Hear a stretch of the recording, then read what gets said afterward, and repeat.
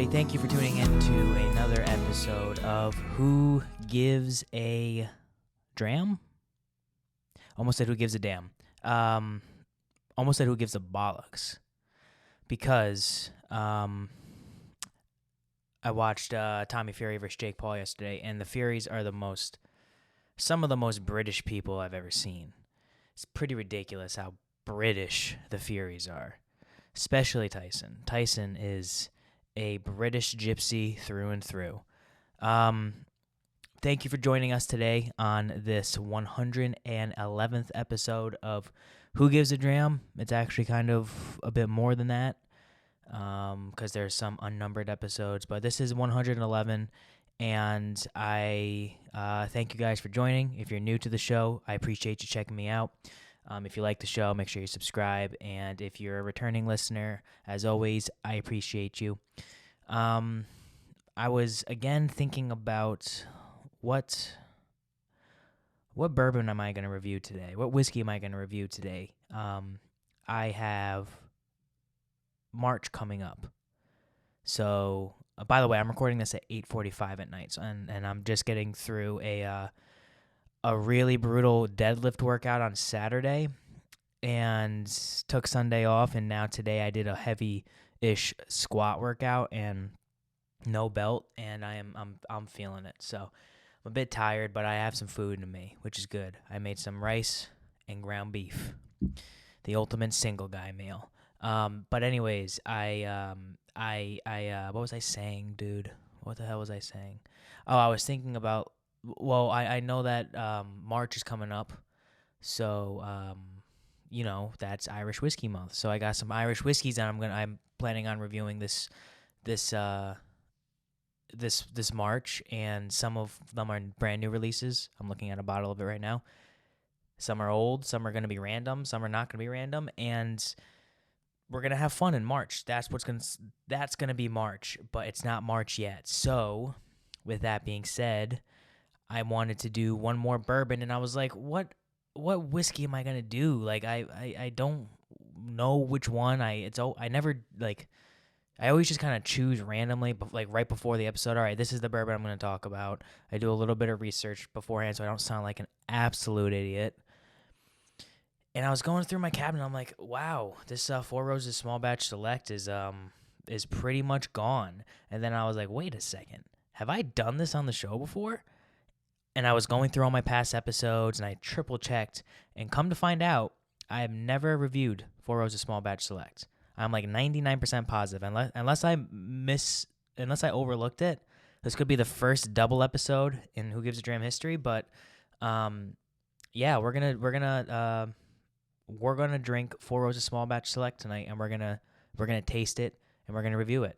So I'm gonna pour it in a glass now. I got my Bunnahabhain fancy glass today, because all my other glasses are dirty, and this one was not. So we're going to drink it out of the fancy Bunnahabhain glass straight from Isla. Terrible. Real cork, though. And as you can see, this is going to be a bottle kill. Actually, let's do it right here on the camera. Hopefully you're watching on YouTube, so make sure you're subscribed. Oh, yeah, heavy pour. A little bit of cork cartilage in there. Oh, yeah, there's definitely some cork cartilage in there. I just made that up. I don't even know if that's what you call the cork remnants. I'm calling it cork cartilage. So that's gone. We're going to put that like this. Don't knock it over. All right, it's going to knock over. It's a lot of whiskey. But we're going to drink all that, and we're going to review it. And we're going to talk about Four Roses Small Batch Select a little bit later, but I'm going to let it air out for a bit, even though it's had plenty of time. I don't even know where I got this bottle, to be completely honest. It may have came from.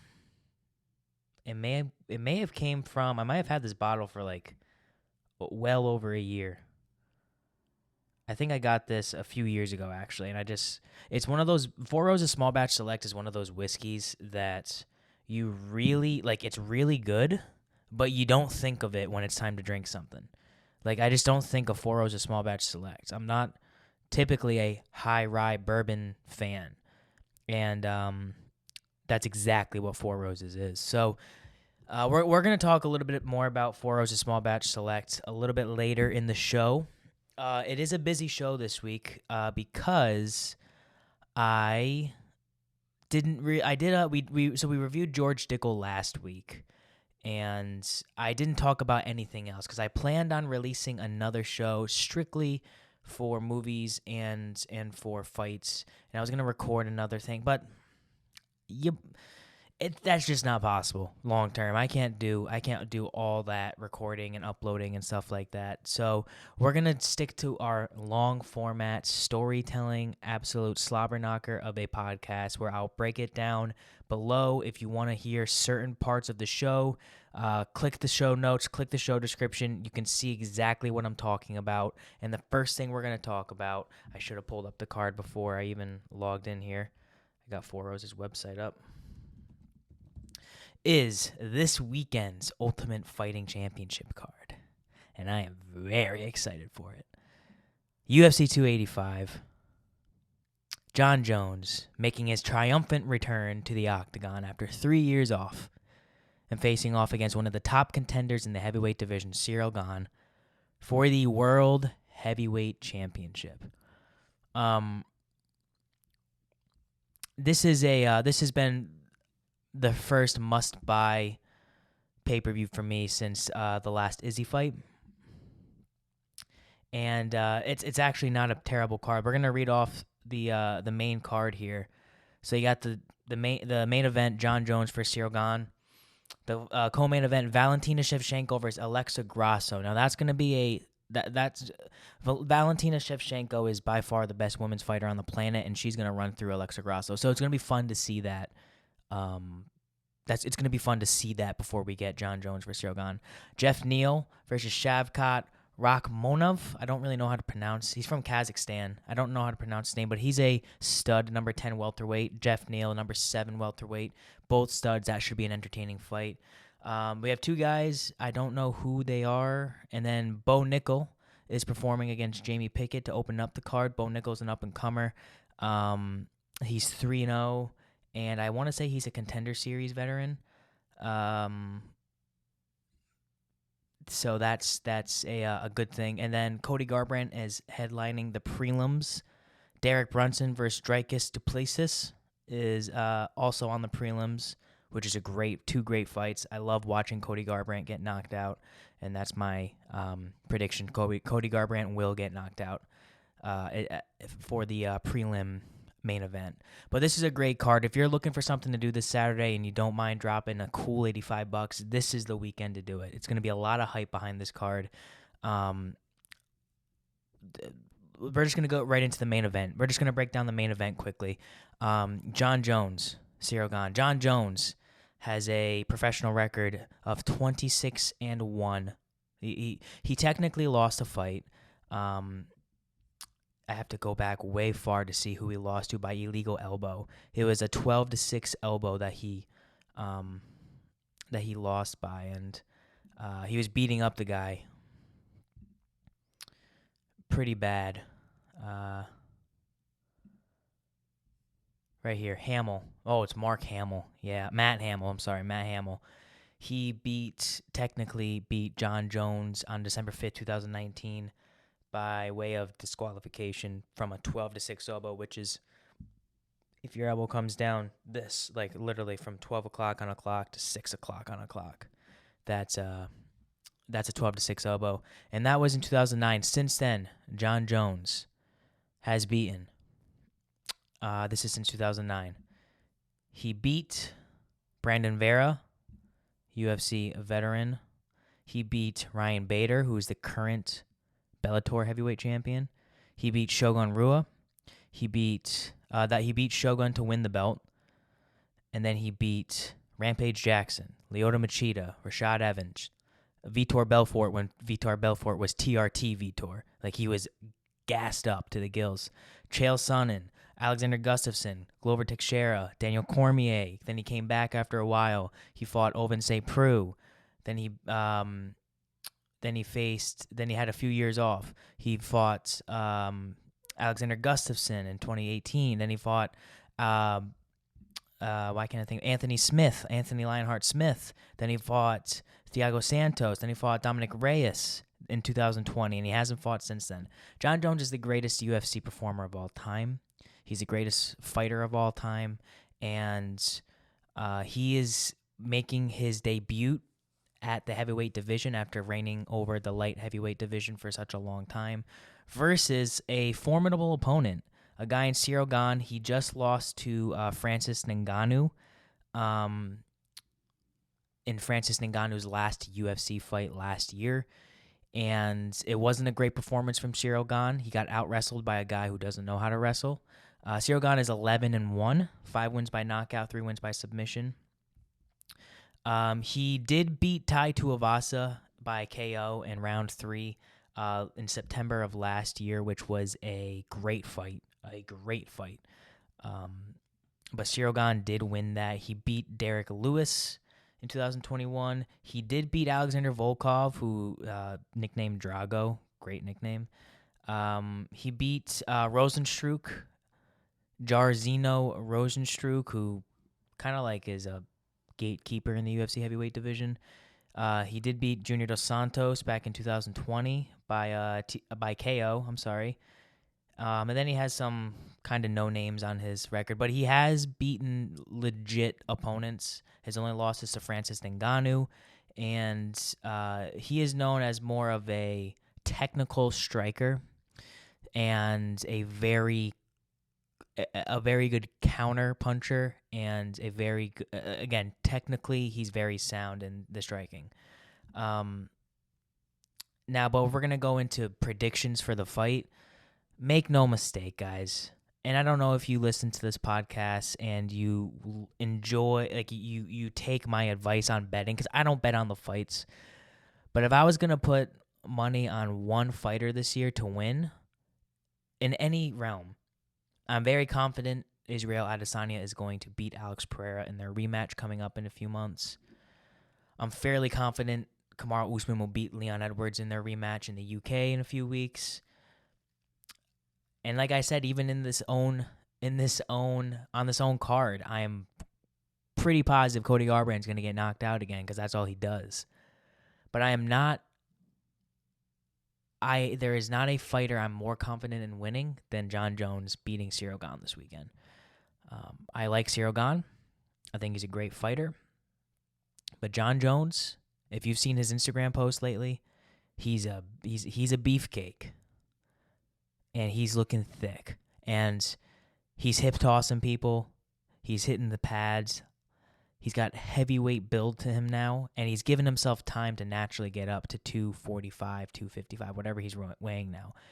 And, I mean, he's got NFL brothers, and one of his brothers literally just won a Super Bowl for the Kansas City Chiefs. And I'll tell you what, man.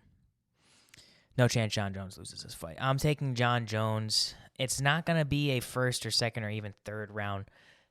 Ciryl Gane does have fairly good cardio.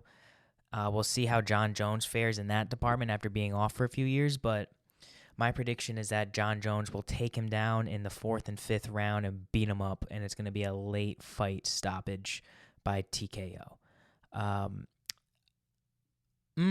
Actually, no, I take that back. I'm not going to say TKO, because Ciryl Gane is talented in defending off his back, but what he's not talented with is dealing with a wrestler and submission artist to the likes of Jon Jones. I'm going to say Jon Jones by submission round 5. Round 4 being safe, but my heart says round 5 right now. Either way, a late fight submission by Jon Jones. I think he takes him down. He might get caught in rounds 1 and 2, but I don't know if it's going to affect him that much. We'll see, though. We'll see if Jon Jones can stack up in the heavyweight division. And if Jon Jones wins, as I think he's going to, it's no holds barred in the heavyweight division. Give me Stipe. Give me Ngannou. I would hope Ngannou would come back and basically unite the titles. You know, Francis Ngannou is still going to say he's champion. Jon Jones is going to say he's champion. Let them fight, like the guy from Godzilla says, and give me that violence and give me that heavyweight matchup. Stipe Miocic would be a fantastic fight. Give me Curtis Blades. That'd be an entertaining fight. I would love to see him versus the guy from the UK there. What's his name? What's his name? What's his name? What's his name? He has a torn ACL right now, but he's still really good. He just UFC heavyweight rankings. Let's see who it is. Athlete rankings, UFC.com. Heavyweight. Heavyweight. Tom Aspinall. Give me Tom Aspinall. Throw Tom Aspinall in there. Sergey Pavlovich, who just beat up Derek Lewis recently. He beat him up bad, too. And he beat up Tuivasa in round 1. Yeah, just a few weeks ago, December. So there's a lot of intriguing matchups for Jon Jones as he comes to UFC 285. If he gets the win, but I'm very excited to watch it, and that's my prediction. Round 4 or round 5, submission win from Jon Bones Jones. So we've got that. That's the only fight. I did watch Jake Paul versus Tommy Fury, and I put out a tweet that, you got to respect Jake Paul in this instance. Yes, he lost the fight. I'm surprised any of the judges gave it to him. It was a split decision that Tommy Fury won. One of the judges did give, I forgot what the exact score was, but I think they gave Jake Paul like 5 rounds to 3 or something like that, which is kind of insane to me. But listen, a lot of people say Jake Paul's a Disney star, Jake Paul's a YouTuber, Jake Paul's this and that, whatever. And it doesn't matter where you come from. Jake Paul is a legit good amateur boxer. And I think if you put him in there against somebody who has experience, then it's going to be tough for him, as we saw with Tommy Fury. And listen, Tommy Fury's 23 years old, so he's very young, but he, as a professional boxer, did not look the best either. So it's not like Tommy Fury is some stud professional boxer. No, Tommy Fury is a 23-year-old barely professional boxer in himself. It was a very fair matchup. It was a great matchup, and you know what? I'm glad I paid $50 for it. Badu Jack won the Cruiserweight Championship in the co-main event, and to put on a really nice technical boxing match. It was a small 18-foot ring this time around, so people really couldn't bob and weave and run away. It was a lot of phone booth fighting, a lot of first-round knockouts on this card. And I thoroughly enjoyed the co-main event. I thoroughly enjoyed the main event. I have a lot of respect for Jake Paul. I have a lot of respect for Tommy Fury. I would love to see a rematch, or give me Jake Paul versus KSI. I could care less what Tommy Fury does next, because he's not going to win any titles. But it is interesting to see what Jake Paul is going to do. I wish he didn't make excuses right after the fight. He said, I'm not gonna make any excuses. I'm gonna take this one on the chin. But I was sick twice in this. But I hurt my arm in this. But yada yada yada. I think Jake Paul is taking this seriously, and I do think that he's a talented athlete, and I do think that he's a talented amateur boxer, and I would be, he's a character, and he's very controversial, and he's very trailblazing, and I would love to see him again perform. So that's my thoughts on that. Jake Paul versus Tommy Fury. And we do have some movie news that we got to get to. Oh, and I meant to talk about this at the top of the show. If you're listening to this show and you're a listener of mine, you know that I've had my logo for a while, the circle logo with Who Gives a Dram, established 2020 with the big whiskey glass in the middle. I made that myself on Canva. It took a really long time. Excuse me. That's that rice and ground beef burp right there. But as of today, technically, Monday, February 27th, I unveiled my new logo. So go on Instagram, at Who Gives a Dram, check out my new logo. It's going to be on the podcast artwork. It's going to be on the YouTube soon. I got to change that up a little bit, but go check out my new logo. I really, really, really like it. Who Gives a Dram? It's still got the neon sign, old school bar sign look, which I love. At the top, I've got my whiskey glass still, and I told the guy that I commissioned to do this for me, no ice in the glass, because I don't drink my whiskey with ice, even in a rocks glass. I want it neat, because he gave me a few drafts with ice, and I was just like, bro, no, I don't drink it with ice. Get the ice out of there. But the whiskey glass is in a TV, because we talk whiskey and movies on this podcast. Now, I couldn't figure out a way to get fighting elements into the logo here. So there's no fighting elements, but the way I tie that in is off the M. The Who Gives a Dram is no longer in a circle, it's in a square, and a dram underneath Who Gives is a cursive, and the M has a little bit of a trail that comes off the end of it, and off that trail is a superhero who I have confirmed is based off Henry Cavill's Superman, the real Superman, flying upwards with his cape flapping, and his fucking going faster like that, you know. And yeah, that's superheroes fight, you know. So we say that, but I you know, most of the movies that we talk about are superhero movies. On this, I got 4 superhero movie things to talk about still, so or 3.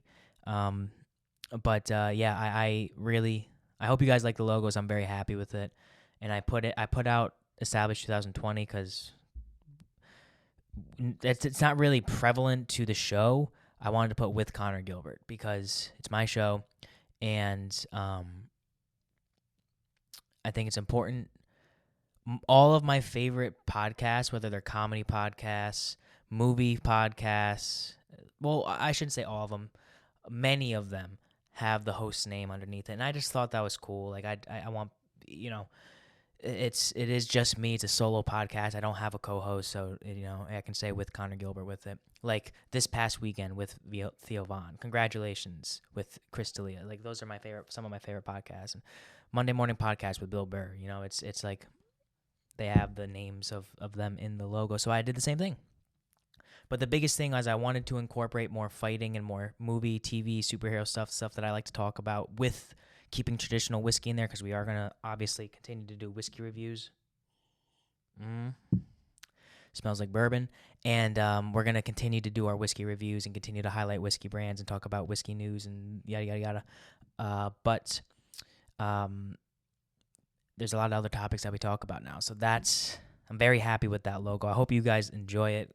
You know, let me know what you think of it. Reach out to me on Instagram or, you know, whatever. And, you know, let me know if you like it, if you dislike it, whatever it is. So a few things, a few movie news here. I never truly reviewed Ant-Man 3 on this podcast, and I'm not gonna. You can go onto my TikTok at Who Gives a Dram and look at my initial theater thoughts right after I left, and that's kind of the same thought process that I have still. But what does make me happy is that Ant-Man 3 is tracking, or maybe already is confirmed to have the worst second weekend drop-off in superhero movie history with an opening weekend of 100 million plus. I think the original king of that stat was Batman vs. Superman back in 2016, but now it's Ant-Man 3 Quantumania, Ant-Man and the Wasp Quantumania, and it makes me happy because the movie is not good. And I've actually been rewatching a lot of the older MCU movies. So I watched Iron Man on Saturday night. That was on TV. I had it on TV like in 2009. I don't know why I was watching TV, but I was watching TV, and Iron Man was on. And I finished that, and then I was like, all right, I'm going to go back to 2023. I'm going to go on to Disney Plus, and I'm going to put on Iron Man 2. And a lot of people don't like Iron Man 2 because Mickey Rourke is kind of a weird villain, and he wants his bird, and Justin Hammer is a nerd. But what makes Iron Man 2 better than anything Marvel has been putting out recently is the fact that it has a consistent story. It doesn't leave you like, oh, this is what you have to see next. Look at that. It teases you for things. It uses the post-credit scenes beautifully with, you know, Thor's hammer in the desert. And it has Robert Downey Jr. as Tony Stark. Like, that's some of the best casting of all time. Robert Downey Jr. as Tony Stark. It doesn't get much better than that. So I'm going to rewatch Iron Man 3 shortly, but I did for the first time as well watch Captain America: The First Avenger. I've seen the movie in bits and pieces over the 10 years the movie's been out. I have never watched it front to back in one sitting, and I did that on Sunday, I think. And man, did I love that movie. Man, do I love Steve Rogers. Man, is Chris Evans handsome. That's what I took away from that movie. And it's cool looking back now. You know everything that's going to happen, and you can appreciate the movie for what it is. It's not hype for the next one. You're appreciating exactly what the movie is, and that's why I do think that these earlier MCU movies, a lot of the time people hate on them. Iron Man 2, Iron Man 3, Thor the Dark World. People hate on Captain America, the First Avenger, all these movies, and I can appreciate them for what they are now. And I think other people can too, because it's not a big commercial for the next one, which is one of my main complaints about the MCU now is it's just a commercial for the next one. It's nothing but propaganda to get you to spend money on the toys, on the Disney Plus subscription to watch the TV shows, and to the next movie. And it's worked. I think Marvel needs to change it up, but it's worked for them for a while. So yeah, I was happy to see that Ant-Man 3 is having an abysmal second weekend, and I don't know if it's going to beat Ant-Man and the Wasp. Ant-Man 2, I don't know if it's going to be Ant-Man 2, so. But don't get me wrong, Kang was great. Kang was great. Jonathan Majors is one of the best working actors, and he's fantastic as Kang. They did him dirty in this movie, as they did MODOK, as they did Wasp, as they did most of the characters, especially Ant-Man's daughter's script or her dialogue was atrocious. But one of the positives that came out of Ant-Man 3 was there is huge potential as Jonathan Majors as Kang. So we'll see that. This Wednesday, so tomorrow, by the time this podcast comes out, The Mandalorian Season 3 comes out. And I cannot tell you how excited I am, especially with The Last of Us coming out now. And you see Pedro Pascal in action. It just makes you want Din Djarin. It makes you want The Mandalorian. And Season 3 being centered around Mandalore, the planet Mandalore, and the Darksaber, and, Mandalorian or Din Djarin and Baby Yoda are back together, and they're gonna be, I feel like this is gonna be the most condensed, overall story of the Mandalorian so far, because season 1 was kind of like monster of the week, we're gonna beat this guy. Season 2 was a bit more drawn out in terms of an overarching storyline, but I really think because they're working with such a specific, what I think will be a specific location plot point here with Mandalorian 3, it will really expand Din Djarin as a character. Hopefully we'll get more on Baby Yoda, and hopefully we'll see him grow a bit. And I really like Bo-Katan, and I like Sasha Banks' character as Mandalorians, and the Mandalorians are just so cool with their armor and everything of that nature. And it's Star Wars, man. As much as people hate Star Wars now, to have some new live action Star Wars content, it just feels right. Especially entering Irish Whiskey Month. We have The Mandalorian out. Last of Us is going to be ending. I still haven't watched season 7 or episode 7, but Pedro Pascal is the most popular guy on the planet, and he is a hunk. I will give him that. He is a hunk. He's a heartthrob. So The Mandalorian Season 3 starting on Wednesday, and we'll be talking about that for the next 8 weeks or so, however many episodes there are. We'll do a short little recap of each, and that will be fun to do. I have always loved The Mandalorian. So what's next on my list here? New Lord of the Rings movies in the work. I heard this news that a contract was bought out or came to agreement with the J.R.R. Tolkien estate or in some matter, and I don't know a lot of information on this. I just have listen. And this, by the way, this new Lord of the Rings movies are in the work. It's not like The Hobbit. It's not TV shows. It's movies.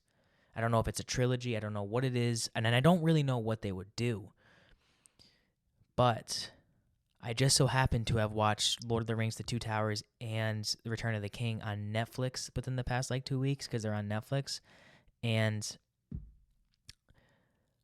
listen, if they can do Lord of the Rings like they did in the early 2000s and bring over those exact movies but put them in today's production sets, greatest movies of all time. Those storylines, that music, everything of that, bring it over to here. What I don't want is a remake. Do not remake that perfection. Don't do it. If you remake that perfection, I will not watch it, and people will revolt. Because if there's a beloved trilogy between us nerds, I mean, you have the Batman trilogy, you have not the Ant-Man trilogy. You have a lot of trilogies out there that are beloved by fans, and especially nerd trilogies. I can't think of any off the top of my head, but the biggest one by far is Lord of the Rings. It's like if you remade Harry Potter and just like recasted it and remade it because you got the contract, and now it's like, oh, we're gonna remake this and this. I don't think Harry Potter's perfect, but a lot of people think Harry Potter is a perfect 7-movie series, and it would be cool to see, like, in Lord of the Rings, these if they make like a movie about I can see them going a few routes. It'd be cool if they made a movie about Aragorn's reign as king after Return of the King. That would be cool, because there's a lot of things that happen in the books and in the folklore that would be cool to expand upon. It would also be cool if they did some like what if type movies. Like that's a lot of movie to it's a lot of budget to spend on a movie that doesn't even add to the canon. But like if Gandalf took the ring and wanted power for himself, like that would be an amazing concept. And there's other what if, like what if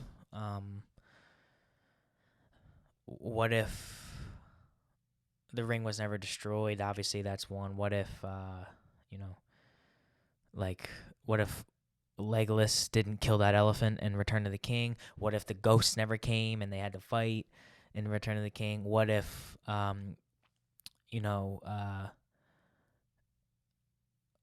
what if the orc in Two Towers didn't make a bomb and run into the wall and blow it up? What if there's a lot of what ifs. I could get into it. Like, listen, I love Lord of the Rings, and it's the greatest trilogy ever made, and for my money. I mean, it's truly is a perfect trilogy. I just don't want them to ruin it by like, I don't want them to ruin it by remaking it, because everything gets remade now, and we don't need that. Like, you did the prequels with The Hobbit, which made a shit ton of money, but critically not accepted as good, aka they were bad, and the CGI sucked. If you wanted to do sequels, whether a sequel movie or two, like depending on the direction you go and the cast and the script, it could be really good. Just please don't remake the Fellowship trilogy. Just leave that be, because in 2023 it still holds up, and that's super impressive. Cocaine Bear is the #1 movie in the world this week, and that is incredibly awesome to me. I don't have a lot to say about this because I haven't seen Cocaine Bear yet. I want to see it very soon. I might just wait for it to come on streaming. When it's only like an hour and 40 minutes, so I could just walk down to my theater down the road from my apartment and just spend 2 hours and watch Cocaine Bear. But apparently it's hilarious. It's Ray Liotta's last movie. Rest in peace, Ray Liotta. And it's the #1 movie in the world. I don't know. Let's look at how much money it made. Cocaine Bear opening weekend. 23.1 million domestic. Cocaine Bear has big opening weekend after made to go viral trailer rampages through social media. Yeah, trailer was awesome. The gonzo R-rated horror comedy Cocaine Bear sniffed up 23.1 million in its opening weekend, according to studio estimates Sunday, while Marvel's Ant-Man and the Wasp: Quantumania shrank unusually quickly in its second weekend.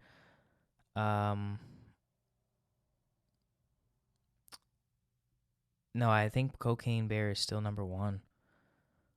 Cocaine Bear, scripted by Jimmy Warden and produced by Phil Lord and Christopher Miller, who does Spider-Man Into the Spider-Verse, managed to turn a bizarre true-life tale into a tongue-in-cheek box office hit. It's based on the real story of a 175-pound black bear who died in the Georgia mountains in 1985 after eating from a duffel bag of cocaine that had fallen from a smuggler's plane.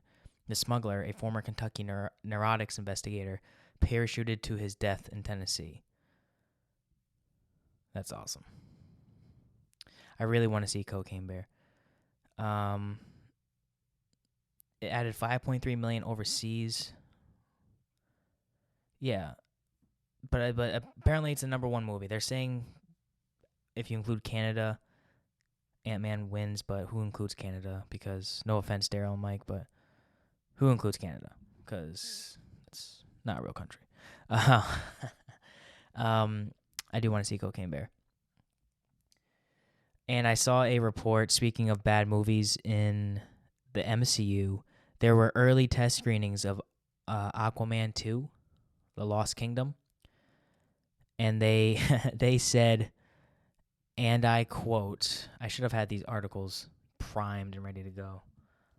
Aquaman 2 test screenings.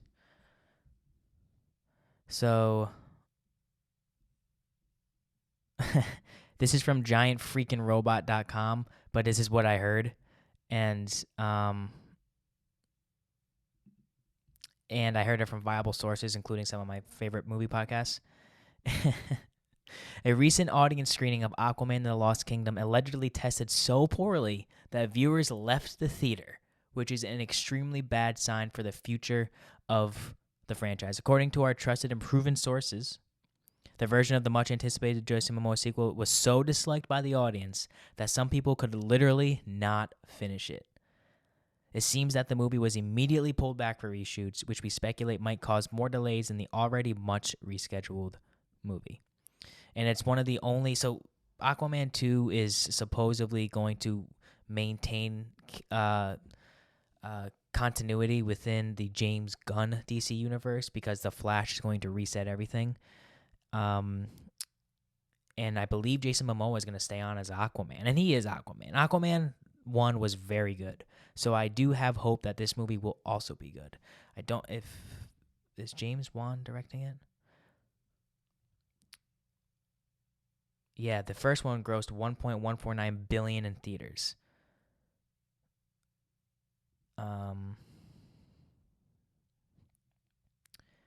There's been extensive reshoots.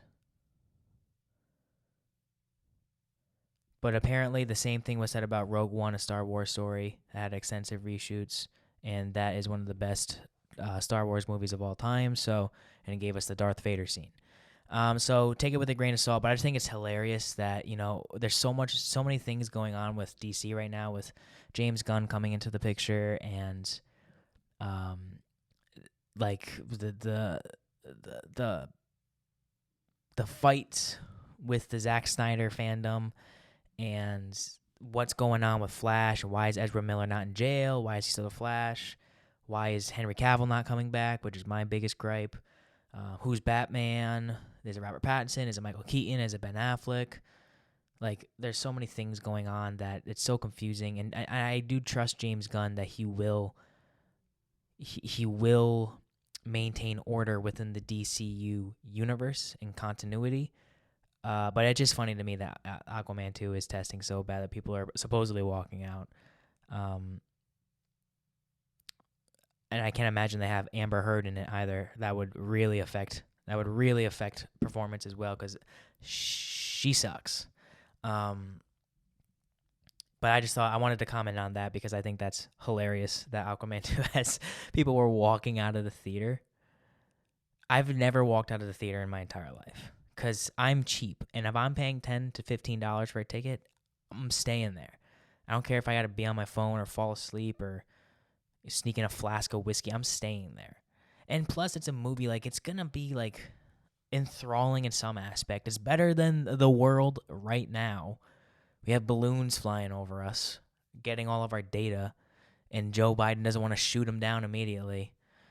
Wants to let China or whoever take all of our data, even though they're already doing it with TikTok, and who knows? That's a whole other topic. But yeah, and I love Jason Momoa, so I still want to see Aquaman 2, and I still will see it, but I just thought it was funny. But the next movie that we're going to be talking about on this podcast, and I do wish we talked about Ant-Man 3 so I could have roasted it, but we're not going to. But this weekend, Creed 3 comes out, and I'll tell you what, you guys. I want to see that movie so bad. I loved Creed 1. Creed 2 was very good. Not as good as Creed 1. Creed 3 has a 91% on Rotten Tomatoes right now. It's Michael B. Jordan's directorial debut, and it also has Jonathan Majors in it, and they're both bodied up and handsome as shit. I can't wait to see Creed 3. That's going to be my TikTok clip right there. They're both bodied up, handsome as shit.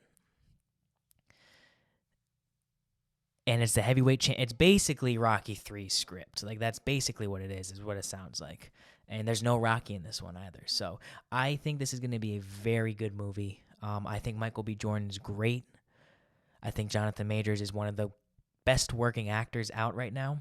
And I'm excited to see the two square off in the squared circle. A little bit of movie boxing. Doesn't get better. So, yeah, we'll talk about Creed 3 next week along with Jon Jones for Ciryl Gane results. There's a little preview for next week's podcast. But let's get into the whiskey review. We're 41 minutes in. We got about 20 minutes left at the most. So let's go right into a review of a whiskey that I have finished the bottle. And it took me a while, but I do like this bottle. And it's a bottle kill on the podcast. As you can see, no whiskey left. Make sure you're subscribed on YouTube, you guys. If you're not already, helps me out. Gets me. I think I have like 160 something subscribers, which I think is good. But in the grand scheme of things, that's nothing. But I think it's cool that 160 something people have subscribed to me on YouTube, and people actually watch my videos. It's pretty cool to me. But we're gonna go right into this review because I am thirsty. It's 9:22 at night. We're supposed to get a blizzard tomorrow, or like 5 or 6 inches of snow. I don't know. The most snow we've gotten all winter. We're supposed to get tomorrow. I might have to work from home, which I'm not very happy about, but I'll do it. And it's the last day of the month, which in sales, if you're in sales, you know that that's either the easiest day of the month or the hardest day of the month. And your boy's not at quota, so probably the hardest day of the month. But regardless, we're here. Four Roses Small Batch Select. Let's read a little bit of the history. Four Roses Small Batch Select. So, Four Roses Distillery in Kentucky, don't know where, began with Paul Jones Jr., the founder of Four Roses Bourbon, became smitten by the beauty of a Southern belle. It is said that he sent a proposal to her, and she replied if her answer were yes, she would wear a corsage of roses on her gown to the upcoming grand ball. This sounds like a Disney movie. I don't believe it. Paul Jones waited for her answer excitedly on that night of the grand ball. When she arrived in her beautiful gown, really playing this up, she wore a corsage of 4 red roses, and of course, this is where it comes from. He later named his bourbon Four Roses as a symbol of his devout passion for the lovely belle, a passion he thereafter transferred to making his beloved Four Roses bourbon. They were divorced 3 years later because this guy sounds like a creep.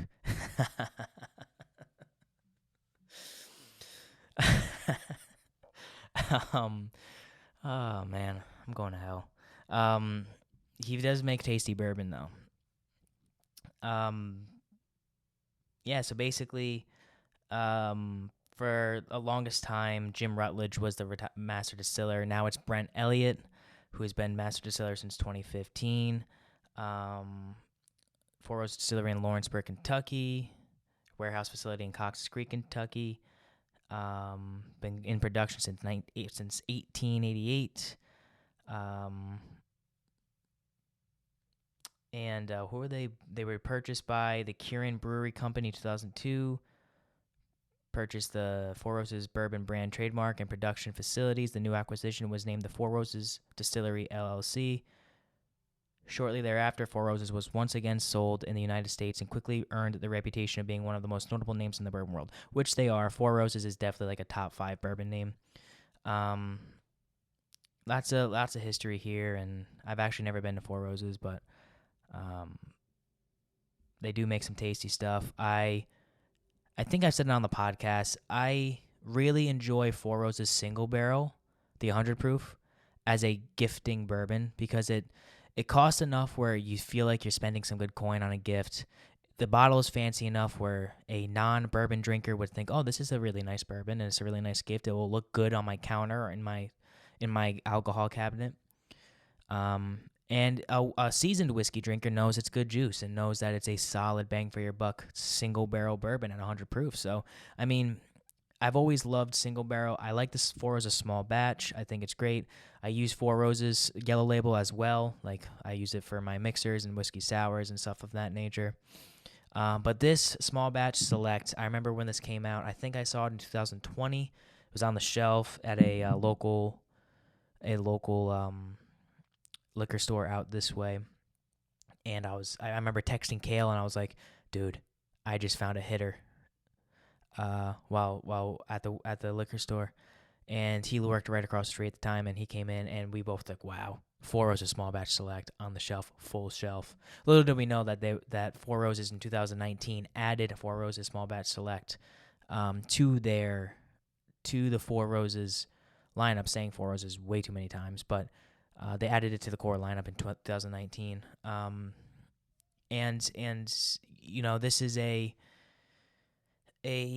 mingle of 6 of the Four Roses 10 bourbon recipes, each aged a minimum of 6 years to handcraft small batch select, non-chill filtered, and 104 proof. Our newest permanent product line extension offers truly unique flavor characteristics, 104 proof, 52% alcohol by volume. The 6 recipes of Four Roses small batch select. It just gives it's OBSV, OBSK, OBSF, OESV, OESK, OESF. That is the 6 yeast strains that they're using in this one. For this new bourbon, I selected 3 of our proprietary yeast strains, V, K, and F, and used both mash bills. It's a mingling of 6 and 7-year-old bourbon. Just said that. Then it gives it what we are supposed to taste in it. I think people can tell you, like, oh, you're supposed to taste chocolate on this. And then if you really think about it, you're like, oh, there's chocolate on this. But we're gonna forego any of the whiskey tasting notes that they provide for us and see what we get. Accolades for Small Batch Select. 2022, it won bronze at the World Whiskeys Awards for Kentucky Small Batch Bourbon. In 2021, it was very good, strong recommendation, 87 points at Ultimate Spirits Challenge. 2020, extraordinary ultimate recommendation, 96 points at Ultimate Spirits Competition. What happened there? It dropped 9 points. That's not good. Finalist, top 100 spirits, Ultimate Spirits Competition. Silver in the World Whiskeys Awards and gold medal in the Denver International Spirits Competition. 2019, top 20 of 2019, number 3 in Whiskey Advocate. Gold medal, Sunset International Spirits Competition. So it's got some accolades here.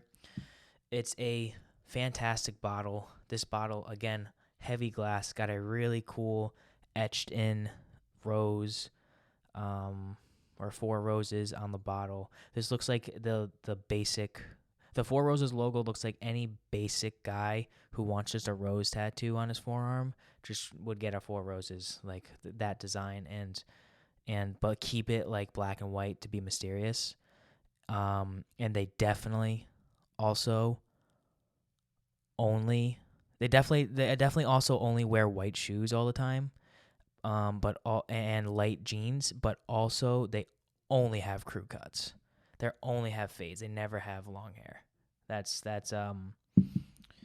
what I think of when I think of a rose tattoo. I think of a guy who's like kind of in shape, like probably has like nice like forearms and arms and small legs though, and only wears light jeans with white shoes, and only has like my style haircut, except shorter on the front.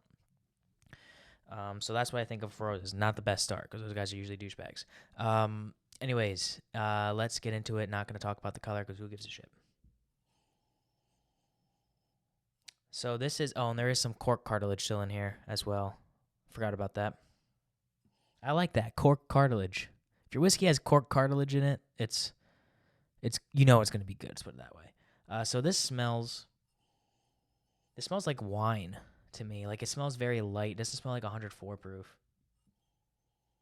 It's got a nice dark like oak on it, but it's also got some of that nice cherry that Four Roses imparts a lot of because of its high rye mash bills.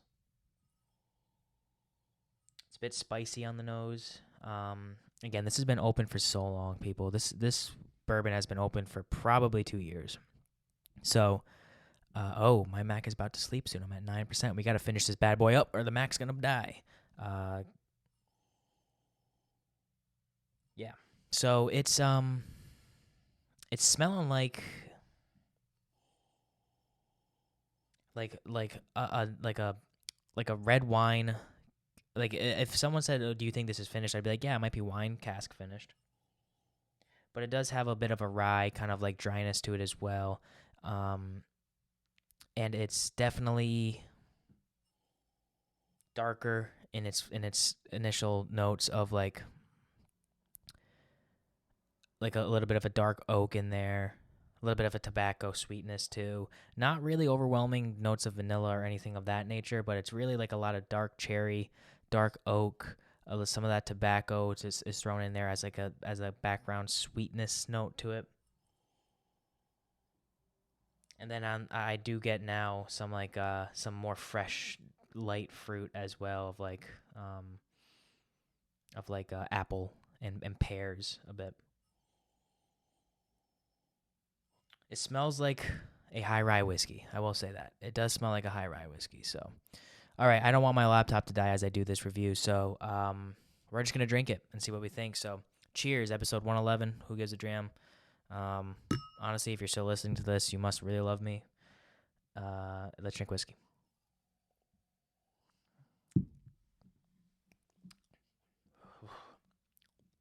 That's good.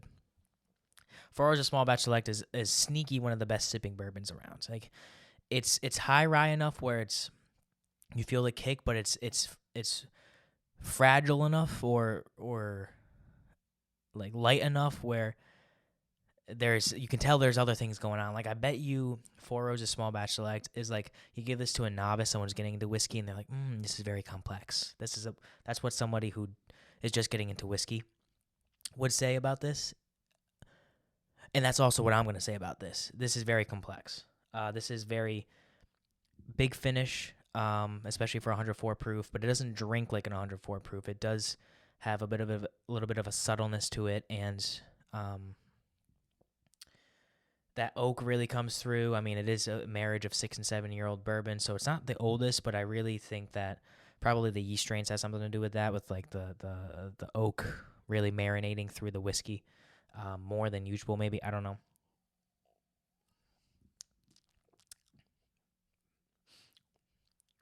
Yeah, lots of oak on this. It really tastes like a more expensive bourbon, honestly. Like, it tastes like, and that wine is there too, like a red wine, like a grape, cherryness comes through on this, and it's like really, really intense, especially after the second sip.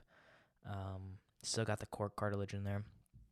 I can see what their tasting notes are, but I want to try.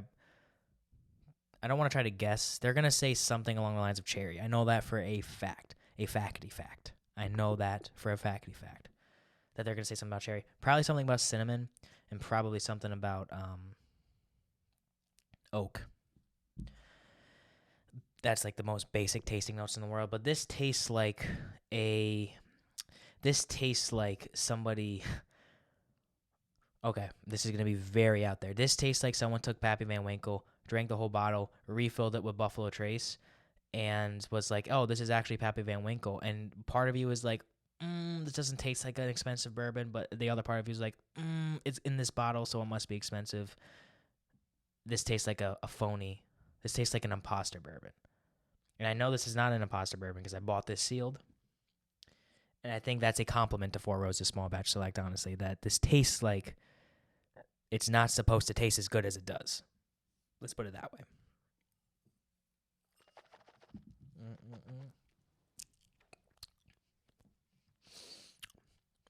It's got really, really hot tamale cinnamonness to it, especially after giving it a swirly poo, or a swishy poo in my mouth. I'm sorry.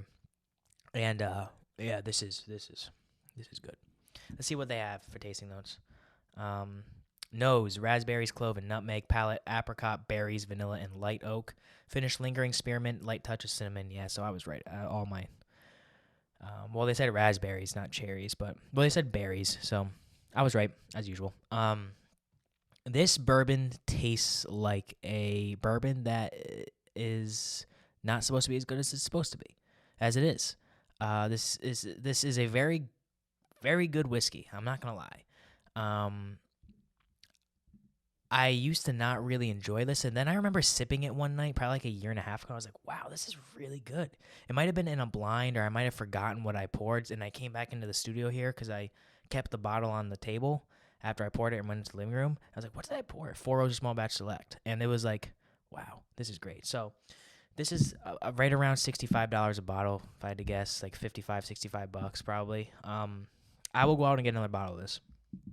And I would like to have a bottle of Four Roses Small Batch Select on my whiskey shelf for the foreseeable future. I want to have this out there and or available to me, and I think that in the price point of $55 to $65, and I think it's actually fair because there are those like nice oak notes in this. That's like a lot of the times like really really high quality whiskeys have a very tangible oak note. That's what I've always noticed. I remember that with Pappy 23. Yes, it's 23 years old, so it's going to have a lot of oak. But I remember that with like a barrel bourbon that was supposed to be really good. I remember that with a Old Carter that I had, or yeah, it was an Old Carter. And all these bourbons that are supposed to be really, really, really high quality, like the expensive ones, always have a very forward, tangible oak note to it. And this has that.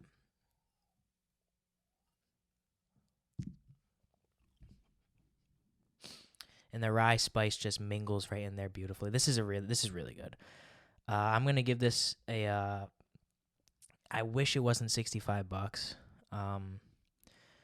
I don't know how much better this is than Rare Breed. I think I'm gonna give this like an 8.9. Like it's on the cusp of being must have, but there are other bourbons that are a bit less expensive that you can drink instead of this. But I would recommend this 10 times out of 10, and I do think it's very good. But like 8.9, I would say like right on the cusp of like gotta have it, like go out and search for it, rather than a 9 or above where it's like an 8.9 is like if you see this for $65, buy it. But just know that there are a few other whiskeys out there that are probably a little bit better than this for a little bit better of a price, and but this is 100% worth it. I will say that. All right, we're about an hour into this, so let's cut this off, people. I gotta go edit this and release it for midnight tonight. But hey, listen, I appreciate you guys listening. I appreciate you guys joining me this week. I had a lot of fun recording this. This was one of the more fun episodes that I've had recording, and it may be because it's late at night and I'm tired, but this was a fun one. I enjoyed it, so I hope you guys did as well. Let me know, if you enjoyed the show. Reach out to me on Instagram at Who Gives A Dram. Also on Facebook, Twitter, and TikTok at Who Gives A Dram. Follow me on TikTok. I'm like 100 followers or 150 followers away from 1,000, so go follow me on there. Get me to there. I post TikToks like a few times a week probably. I'm on Instagram almost every day. I'm on Facebook a few times a week, and I try to tweet every day, but sometimes it doesn't happen. But go follow me on there. I think I only have like 85 Twitter followers, so go over there and follow me there because I do like using Twitter and interacting with people and getting into arguments. It's the only place I like to get into arguments is on Twitter because it's fun, and it's usually over movies or MMA, which I like. Make sure you subscribe to the podcast wherever you're listening, Apple Podcasts, Spotify, YouTube. If you're listening or watching on YouTube, please make sure you're subscribed there. Hit the bell notification so you always are notified when my videos arrive, and it's usually once a week between Monday and Wednesday. It's typically when I release this thing. So go do that for me. That would be awesome. And also leave a 5-star rating and review on Apple Podcasts. Because it helps me with the algorithm and it helps me, get in front of more people, and the more people I'm in front of, the bigger this thing gets, and the bigger this thing gets, the more money I can have coming into it, and the more money I have coming into it, I can like travel and do this shit, get Who Gives a Dram on the road, go to someone's house and interview them, instead of doing it on Zoom. Zoom is great, but it's like at the end of the day, like Zoom, kind of sucks too. But anyways, let's end this here. We're an hour in. Appreciate you guys very much. Thank you for tuning into episode 111. I am very lucky that I have this podcast and I love doing it. So, till next week, you guys, always remember, whiskey's the water of life. So let's start living.